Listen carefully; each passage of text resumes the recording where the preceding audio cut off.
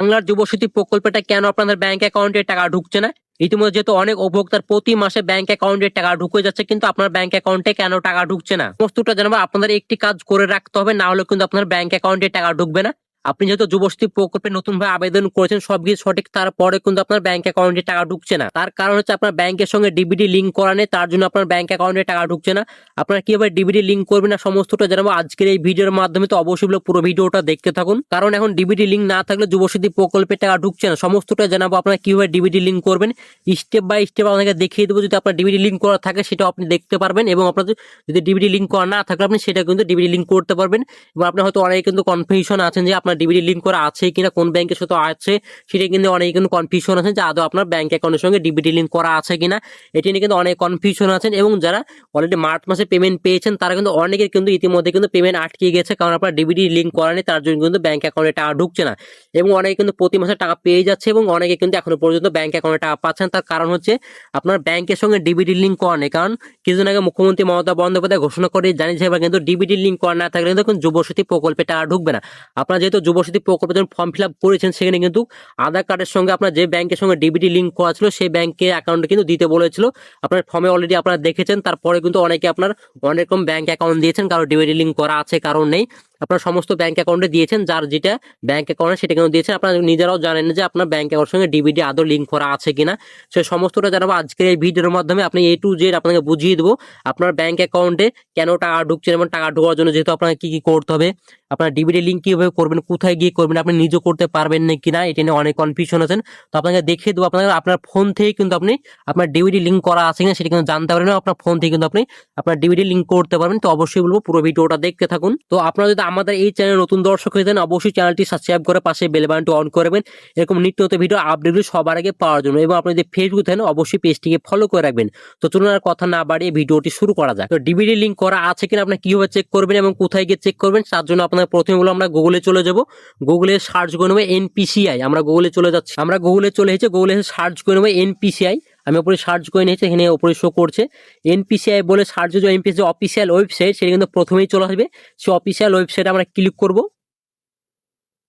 Click পরে রেখে দেন about, এখানে এনপিসিআই দেখা যাচ্ছে, তারপর দেখেন কাস্টমার দেখা যাচ্ছে, তারপরে বিজনেস দেখা যাচ্ছে। যেহেতু আমরা কাস্টমার, তার জন্য আমরা এখানে কাস্টমার অপশনে ক্লিক করব। এখানে ক্লিক করে এখানে নিচে দেখেন 4 নম্বর দেখেন ভারত আধার সেন্ডিং এনেবল, এখানে অপশন আছে, সেখানে কিন্তু আমরা ক্লিক করব। আমরা ক্লিক করে নিচ্ছি। তো আপনাকে প্রথমে দেখিয়ে দেবো আপনার যেহেতু আপনার আদৌ আপনার লিঙ্ক করা আছে কিনা আপনি কিভাবে জানতে পারবেন। আপনার তো লিঙ্ক করবেন সেটা তো অবশ্যই জানাবো। আমি প্রথমে দেখে নেবো আপনার কোনো ব্যাংকের সঙ্গে আধার কার্ডের সঙ্গে লিঙ্ক করা আছে কিনা, অর্থাৎ ডিবিটি লিঙ্ক করা আছে কিনা সেটা জানার জন্য প্রথমে আমরা চলে যাবো। ওখানে দেন উপর থেকে 3 নম্বর দেন আধার ম্যাপেড স্ট্যাটাস অপশন আছে, সেখানে আমরা ক্লিক করব।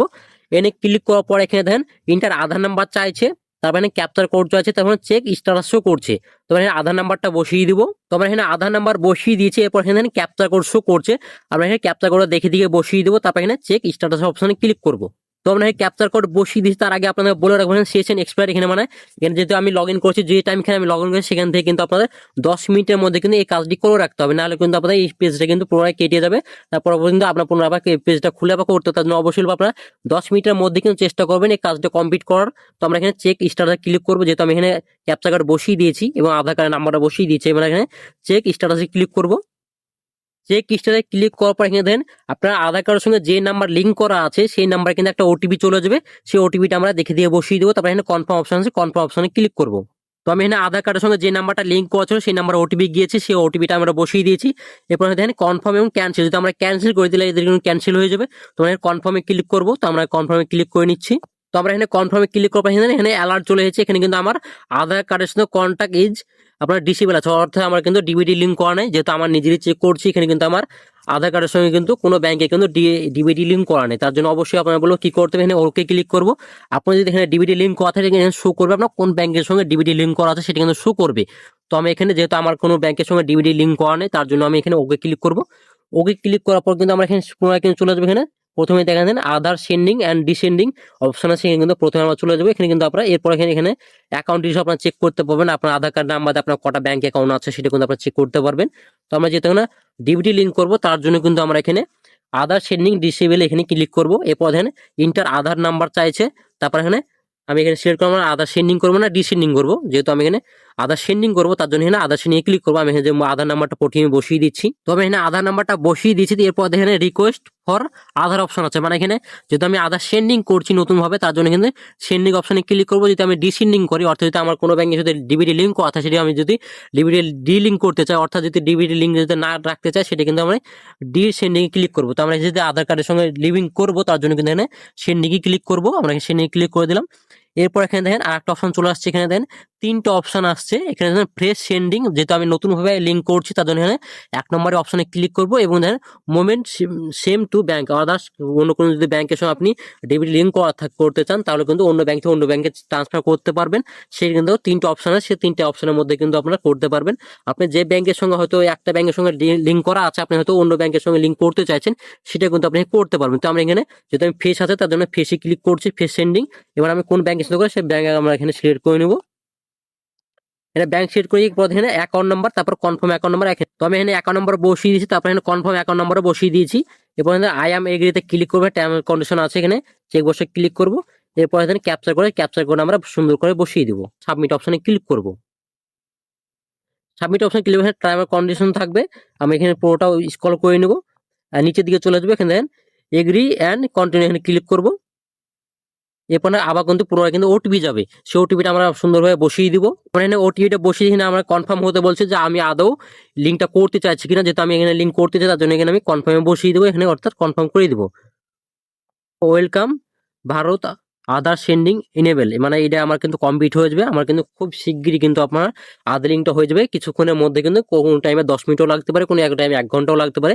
টাইম অনুযায়ী কিন্তু আপনাদের এই কাজটা হয়ে যাবে। তো অবশ্যই আপনার যদি ডিবিটি লিঙ্ক করা না থাকে, অবশ্যই লিঙ্ক করে এই প্রসেস করতে পারেন। এবং যদি আপনি অন্য কোনো ব্যাংকে আপনি ট্রান্সফার হতে চান, সেটা আপনি বলে দেবেন, সেম প্রসেস আপনি করতে পারেন। তো আমরা যেহেতু ডিবিটি লিঙ্ক করলাম, এটা আদৌ হলো কিনা আমরা কিভাবে চেক করবো, তার জন্য পুনরায় কিন্তু আমরা চলে যাবো আধার ম্যাপের স্ট্যাটাসে ক্লিক করবো। তারপর এখানে পুনরায় কিন্তু আমরা আধার নাম্বার বসিয়ে ক্যাপচা করে বসিয়ে কিন্তু আমরা চেক স্ট্যাটাসে ক্লিক করবো। আমরা এখানে আধার কার্ডের নাম্বারটা আবার পুনরায় বসিয়ে আধার নাম্বার বসিয়ে দিচ্ছি। এরপর এখানে দেন আমরা ক্যাপচা কোডটা বসিয়ে দিব। আমরা ক্যাপচা কোড বসিয়ে দিচ্ছি, আমরা এখানে ক্যাপচার কোড বসিয়ে দিয়েছি। এরপর এখানে চেক স্ট্যাটাসে ক্লিক করবো। যেহেতু আমরা এখন কিছুক্ষণ আগে যেহেতু আমরা চেক করলাম, এবার আমাদের এটা আদৌ হলো কিনা আমাদের ডিবিটি লিঙ্ক, সেটা চেক করার জন্য আমরা চেক স্ট্যাটাসে ক্লিক করবো। তারপরে কিন্তু পুনরায় কিন্তু আমরা সেম ভাবে ওটিপি যাবে, ওটিপি দিয়ে কিন্তু আমরা পুনরায় সাবমিট করবো। এরপর ওটিপি বসিয়ে দিয়েছি, এরপর কনফার্ম অপশন আছে, কনফার্ম অপশনে ক্লিক করবো। আমাদের কিন্তু এটা এখনো কিন্তু কমপ্লিট হয়নি, আমাদের কিছুক্ষণ টাইম লাগবে। তারপরে কিন্তু আমাদের আধার সেন্ডিং অপশনটা চলে আসবে, অর্থাৎ আমাদের যে ব্যাংকের সঙ্গে আমরা ডিবিটি লিঙ্ক করলাম, সেই ব্যাংকের সঙ্গে কিন্তু ডিবিটি লিঙ্ক হয়ে যাবে। তারপরে কিন্তু আপনার ব্যাংক অ্যাকাউন্টে টাকা ঢুকবে। তবে যুবশক্তি প্রকল্পটা যেহেতু আপনি আজকে যদি আপনি ডিবিটি লিঙ্ক করেন, তার 3 দিন পরেই কিন্তু আপনার ব্যাংক অ্যাকাউন্টে টাকা ঢুকবে যুবশক্তি প্রকল্পটা। কারণ 72 ঘন্টা পরে কিন্তু আপনার ব্যাংক অ্যাকাউন্টে টাকা ঢুকবে। কারণ এটা কিন্তু 72 ঘন্টা অবধি টাইম লেগে যেতে পারে, কোনো টাইমে 10 থেকে 15 মিনিটও লাগে, কোনো টাইমে 1 ঘন্টাও লাগে। আপনাদের 72 ঘন্টার মধ্যে এই কাজটি কমপ্লিট হয়ে যাবে। তা 72 ঘন্টা পরে কিন্তু আপনাদের ব্যাংক অ্যাকাউন্টে টাকা ঢুকবে যুবশক্তি প্রকল্পের টাকা। তো আজকের ভিডিও ছিল এই পর্যন্তই। ভিডিওতে ভালো হচ্ছে লাইক করে দিন, বন্ধুকে শেয়ার করে দিন, আর অবশ্যই চ্যানেলটি সাবস্ক্রাইব করে পাশে বেল বাটনটি অন করে রাখবেন। ভালো থাকবেন, সুস্থ থাকবেন।